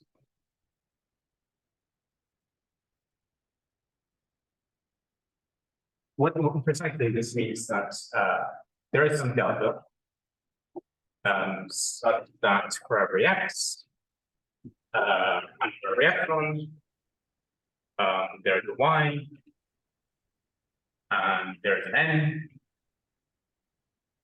such that x and y are initially epsilon close, but eventually they are delta far apart. So the distance between x and y is less than epsilon, and the distance between hn x and hn y is bigger than delta. Okay, so if these three conditions are satisfied, we say that the system is chaotic. In fact, these two are enough. These imply the third, assuming that X is an infinite compact metric space. This was observed in a paper by several authors that I cannot remember, but it's very short, this argument for why these first two apply the third for an infinite compact method. So we could take the first two as our definition of what we mean by chaos. Maybe let me straight away give you the examples to bear in mind. Sorry, just a stupid question. So X is some compact house of space and H is an action on it? Yeah. Homeomorphic. I guess what I said. That's just a lot of what I'm going to say will be applicable in greater generality, but let's just from now on, X is in fact a compact connected topological manifold, and H is a homeomorphism. That's the action. Is that will Student was asking about X. I see, yes. It is the X. It's an action of the integers, yes. All right. So the example to bear in mind is Arnold's cat map. If you know this. So this is a map from the torus to itself. It sends x, y to 2, 1, 1, 1, x, y, modulo 1. If we think of the torus as, r squared mod z squared, right? So this is a special case of what's called a hyperbolic toral automorphism, or even more generally, it's what's called an Anosov diffeomorphism. This is what I want to say first of all is that every point of rational coordinates is periodic. That's why we get the density of the periodic orbits. In fact, it's much more than transitive. It's in fact what's called strongly mixing. Well, sorry, not strongly, topologically mixing, which implies transitivity. Why is it called Arnold's cat map? If you look at this on Wikipedia, there's a very nice illustration for why it's called Arnold's cat map. If you take a picture of a cat, Yes. you think of the points, the pixels being on these rational coordinates. Transform. Iterate it with this map many times. Eventually, so the picture of the cat will become distorted in all sorts of ways, stretched and distorted.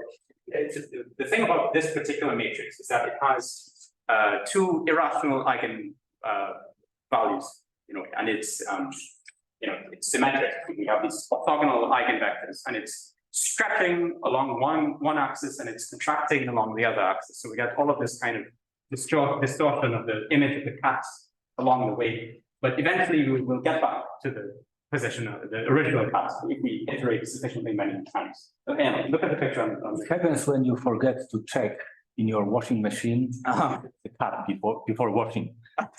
Start washing. I see, that's right. Okay, so this is the thing to bear in mind for a chaotic mind. So, but not irrational rotation of the set.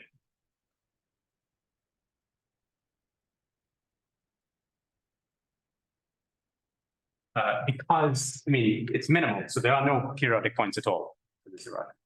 Okay, that's bear in mind. The second property that okay, so let's say x h is, so remember h is this homomorphism that preserves this measure.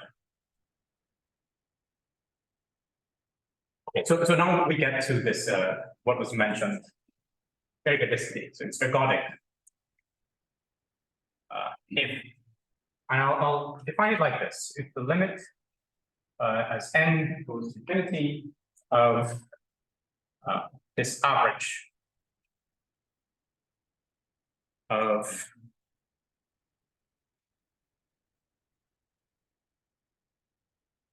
over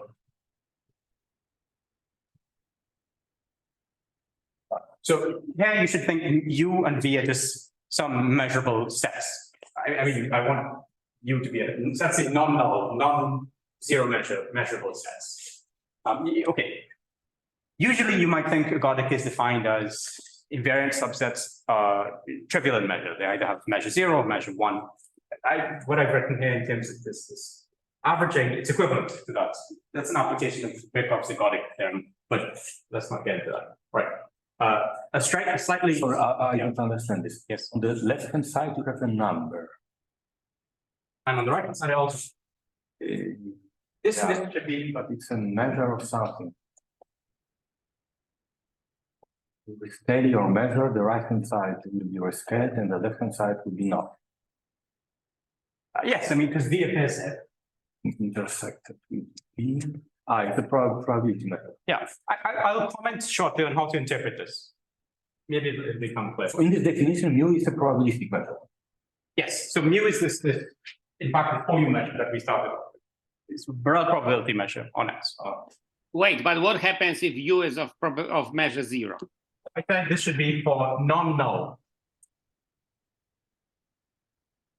Okay. But if this measure is not normalized, we can renormalize it. Okay? Yes, yes. And what happens to the left hand? So I don't understand this. Because right hand side can be multiplied by any number. Yes. The left hand side is constant under this rescaling. Yes, okay. Yes, but I don't know if I see the problem. So something could be ergodic for some mu, but not ergodic for twice mu. If it's not probabilistic. So maybe that's true. So probably it would be safer to add that mu is probabilistic. But it is probabilistic, yes. It is. So Yes. All the time. he's right. At the time. So as I said, our starting assumptions is that it's an OU measure. It's okay, maybe I didn't say. Yes. So it's Probabilistic. okay, but I even said it there. It's generic. So probabilistic all the time. Okay. All the time talking about it's probabilistic. I'm never talking about any other kind of measure. So yes, so mu is a probability measure.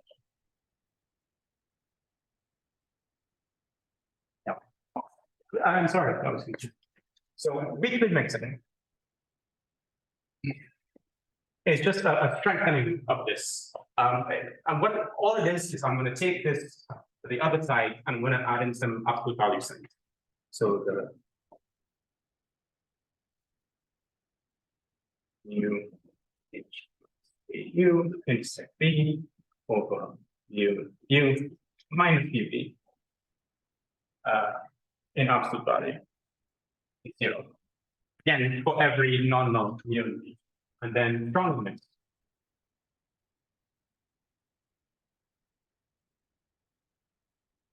If a similar thing holds, except without taking an average, so just the limit as n tends to infinity of mu h to the minus n u intersect b over mu u equals mu b.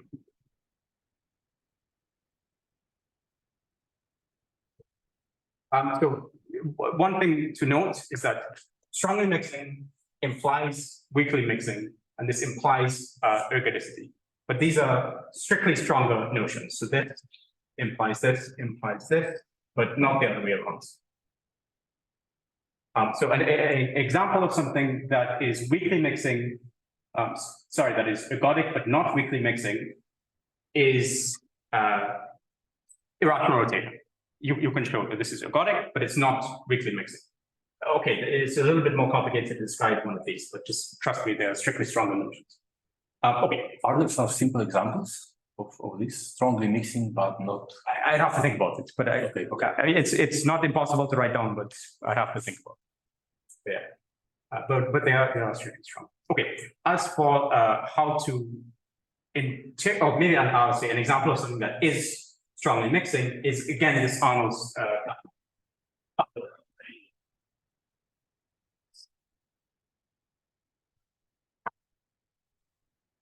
So this is really the example to bear in mind for what I'm trying to say. So it's chaotic and it is in fact strongly mixing. Okay, Forecast. Forecast. Yes.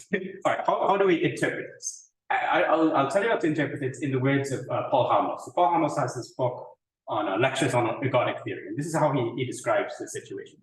So imagine this map H from X to X is stirring a martini. So X consists of some amount of gin and vermouth. So Harmos suggests, I don't know if it's true, we want 90% gin and 10% vermouth.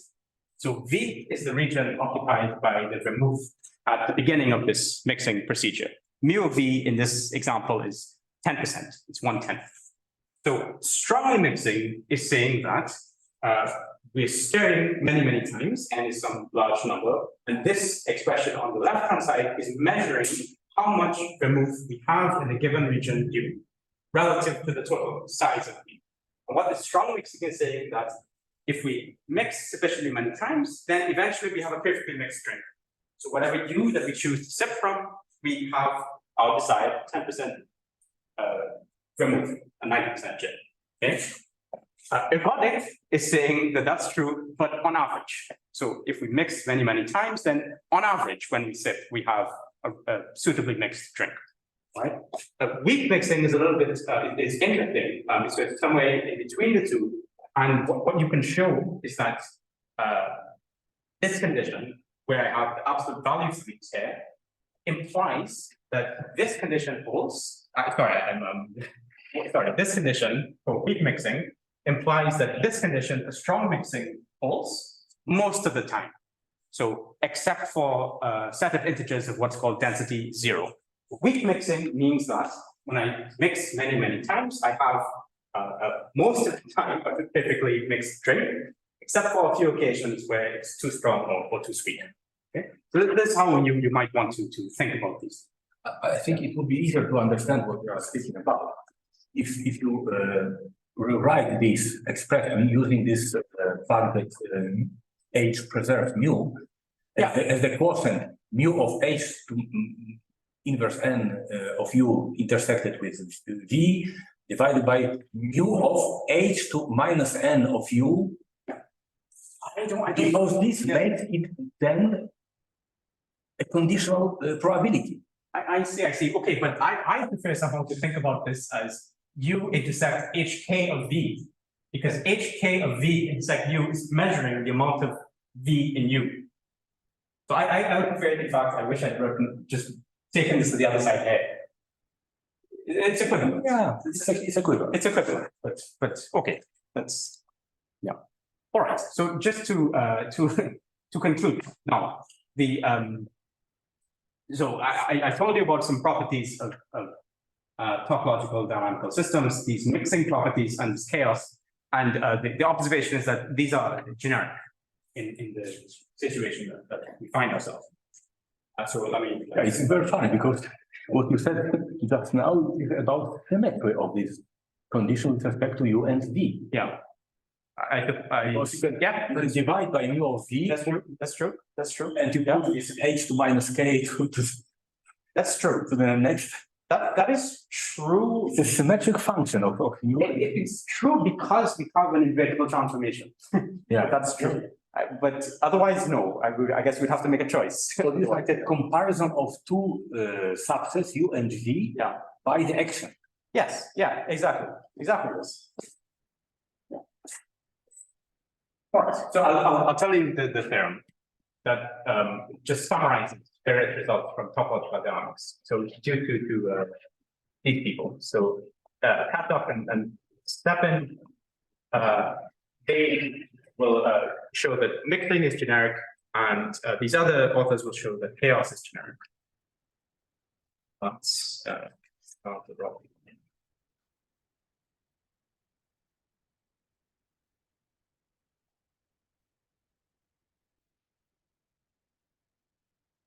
So let's, in our situation, so X is a compact connected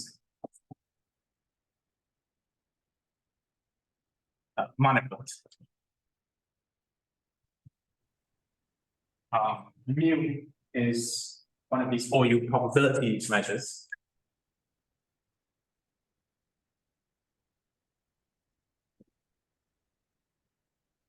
And yeah, that's it. So then the typical, so in other words, residual subsets in the topology of point question equations. So the typical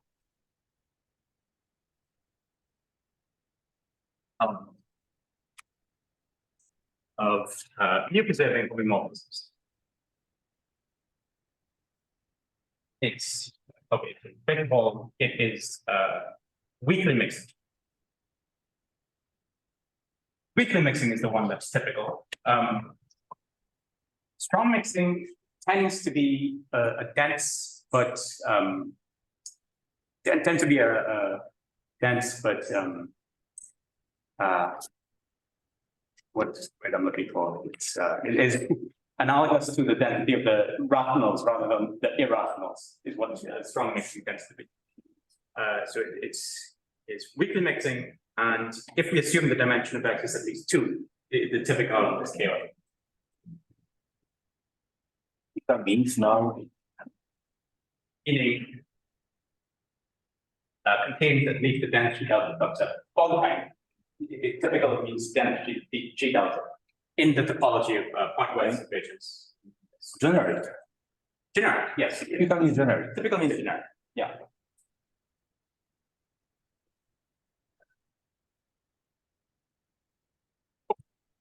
Right, and I mean, this brings us to the end of what I wanted to say. So now if we combine this result, so this is what we know about topological dynamical systems, we're thinking of this X as being the boundary of a trace space of a classifiable Caesar algebra. So we combine this theorem with the theorem that I showed you earlier. This gives us a statement about what the generic tracial behavior of an automorphism of such a Caesar algebra is. So corollary.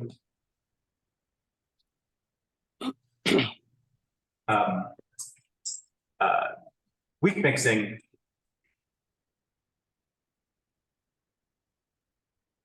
and chaos. Typical tracial properties, typical generic.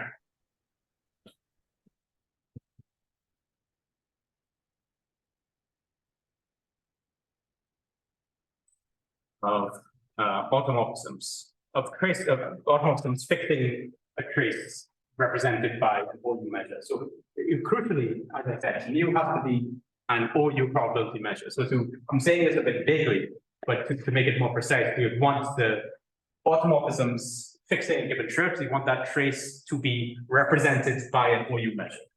So automorphisms fixing an OU measure. OU, that's called an OU trace. I mean, a trace represented by an OU measure. Automorphisms under the various assumptions that describe the models. Under the assumptions of the various.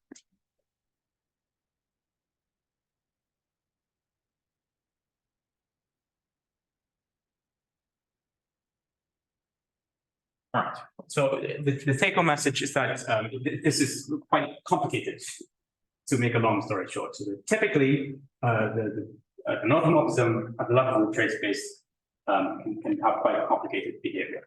I'll just to finish mention that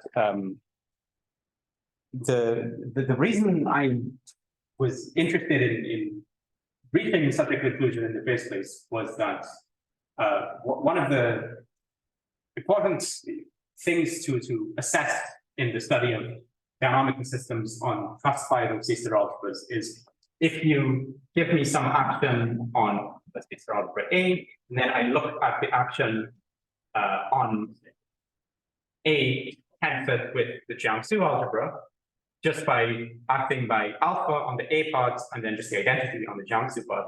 It's a pressing question to decide when these two actions are co-cycle conjugates, whatever that means.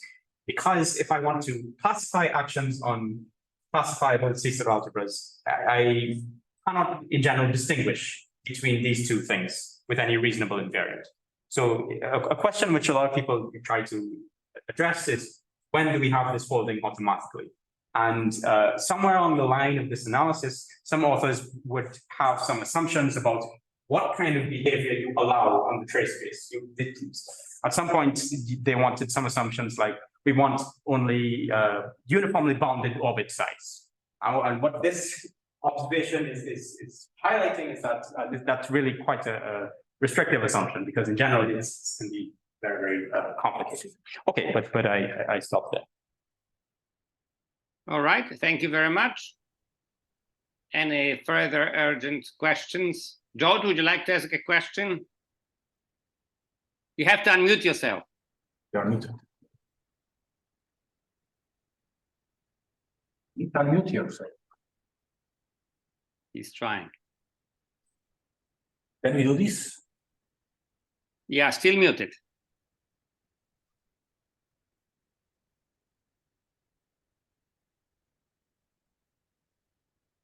We cannot unmute him. Yeah, we cannot unmute him remotely. Oh, that's a shame.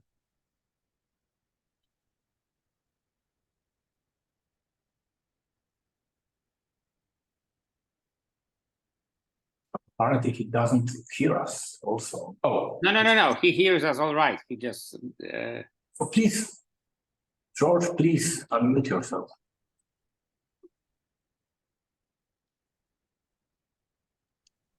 Oh, it was all of a sudden it was very difficult to find the bar at the bottom. I got it on the Yes, phone. Anyway, yes. We know the pain. and you know, I did unmute myself earlier, so somehow I got muted again. It doesn't. I don't do that on purpose. So if I, at least if I do, I know it. All right. But anyway, I have a very simple question. sure. How complicated is the generic situation? I mean, can you say there's a single generic automorphism or in a classifiable case, or That's an excellent question that I don't know the answer to that actually. Maybe I know results along those lines. Some stuff is known on actions on the Cantor set, but in the setting of this kind of actions on manifolds, I don't know, to be honest. It's a very good question. I don't know. and the same, of course, the same holds for actions of more general groups. But Sure. yeah. Okay, but in special cases, what about for the Jiangsu algebra or the Razak-Jacelon algebra? Yeah. Yeah. Again, yeah, I don't know. It's good. But is there even a candidate? I mean, can you just write down some canonical automorphism? For instance, if you look at type 3 factors, then probably the hyperfinite, if you look at amenable type 3 factors, then probably the 3-1 is generic. That's probably been studied. Right. I guess one thing I could say is that the way I phrased my question is not going to be applicable to this setting because Jacelon algebra has this unique trace. Yeah. I guess, and we also know that every automorphism is approximately inner. So I guess it's some question about the unitary group of the Jacelon algebra. I guess I don't know. By the way, I can't see you in either frame. Oh. Yeah, okay, good. Yeah. Right. Sorry. Okay. Yeah. It took me a little while to realize that you were in Warsaw, but I see. Okay, I see. But no, I don't know. It's a good question. I don't know what the candidate. Yeah. In fact, it reminds me of a cartoon I saw with so people when this is when working at home was relatively new, and someone was working at home and a cat strolled by in the background, and then it strolled onto the background of a female participant in the meeting, and the boss had somehow he had strict rules about people living together. So I see. okay. So anyway, these Zoom broadcasts reveal more than you might think in the first instance. So I anyway, since you came in 2 frames and one of them said impan, I didn't see you fully in the impan one, but when you moved across to look at your notes, I could see it with you. Okay. Well, anyway, good. That's nice to see you. Thank you. All right. Thanks for the question. Let me just follow up a little bit. So you said that you know the answer to George's initial question on the Cantor set? No. Well, I guess what I was saying is that I know results about there being a generic conjugacy class of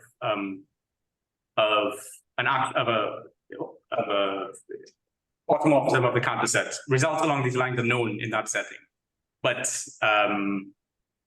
I at the moment, that's again, it's some kind of, you need some kind of restriction on something like if you fix a good measure on the Cantor set, whatever the suitable notion of good is in that setting, then there's one generic conjugacy class of measure preserving, a good measure preserving map from the Cantor set to itself. Things like this are known, I guess. Okay, so what does that look like? Yeah, it's a good question. I think it's built out of cycles in some way, I think. Yeah, it's somehow, I think you can describe it maybe somewhat concretely. Yes. I presume it's minimal. I presume it's minimal. Yes, Okay, but so yeah, of course it is. But I mean, probably the generic C-star algebra is simple, and probably projectionless. But anyway, what would the if it's if the cross product is AT, what would the K1 be? I wonder. Yeah, I don't know. That's a good question. Well, actually, we know what K1 is for a cross product of the Cantor by automorphism, and the question would be, what is the K0? Well, that's so it'd be some simple dimension group, generic. What's the generic simple dimension group? I wonder. Yeah, it's a good question. I mean, I know the results by Vyacheslav Kubish and Said Gasmi, where they kind of study generic AF algebras, certain kinds of AF algebras that are generic in a certain sense. I don't know if their dimension groups would be a good candidate for what would be generic. I don't know. Good question. And also one has to, I mean, maybe in some cases, Efros looked at this question. Yeah. I mean, what it actually means to be generic. Yeah, indeed. Yeah. For Feynman algebras, I think it's easier to formulate them. Yeah. Okay. Anyway, thank you again. All right. Yeah, thank you so much. The generic lecture in this series, in these two series, has been a little on the early side for me. So, but I feel guilty about that. I'm sorry. No, it's understandable. Okay, great. George, there will be one more lecture on Friday, in 2 days, the day after tomorrow. Also on the early side. At 8 a.m. your time, yes, 8 a.m. Toronto. So. Yeah, well, I definitely it's on my screen, but what's the expression? Anyway, I won't make any promises, but I would look forward to attending again. Yeah. Thank you. And we look forward to seeing you again. For the time being, we wind up, and please remember you can always watch a rerun on YouTube. Okay, for the time being. Oh, great, good, yeah, great. Yeah, thank you so much. Bye bye. Right. I stop recording.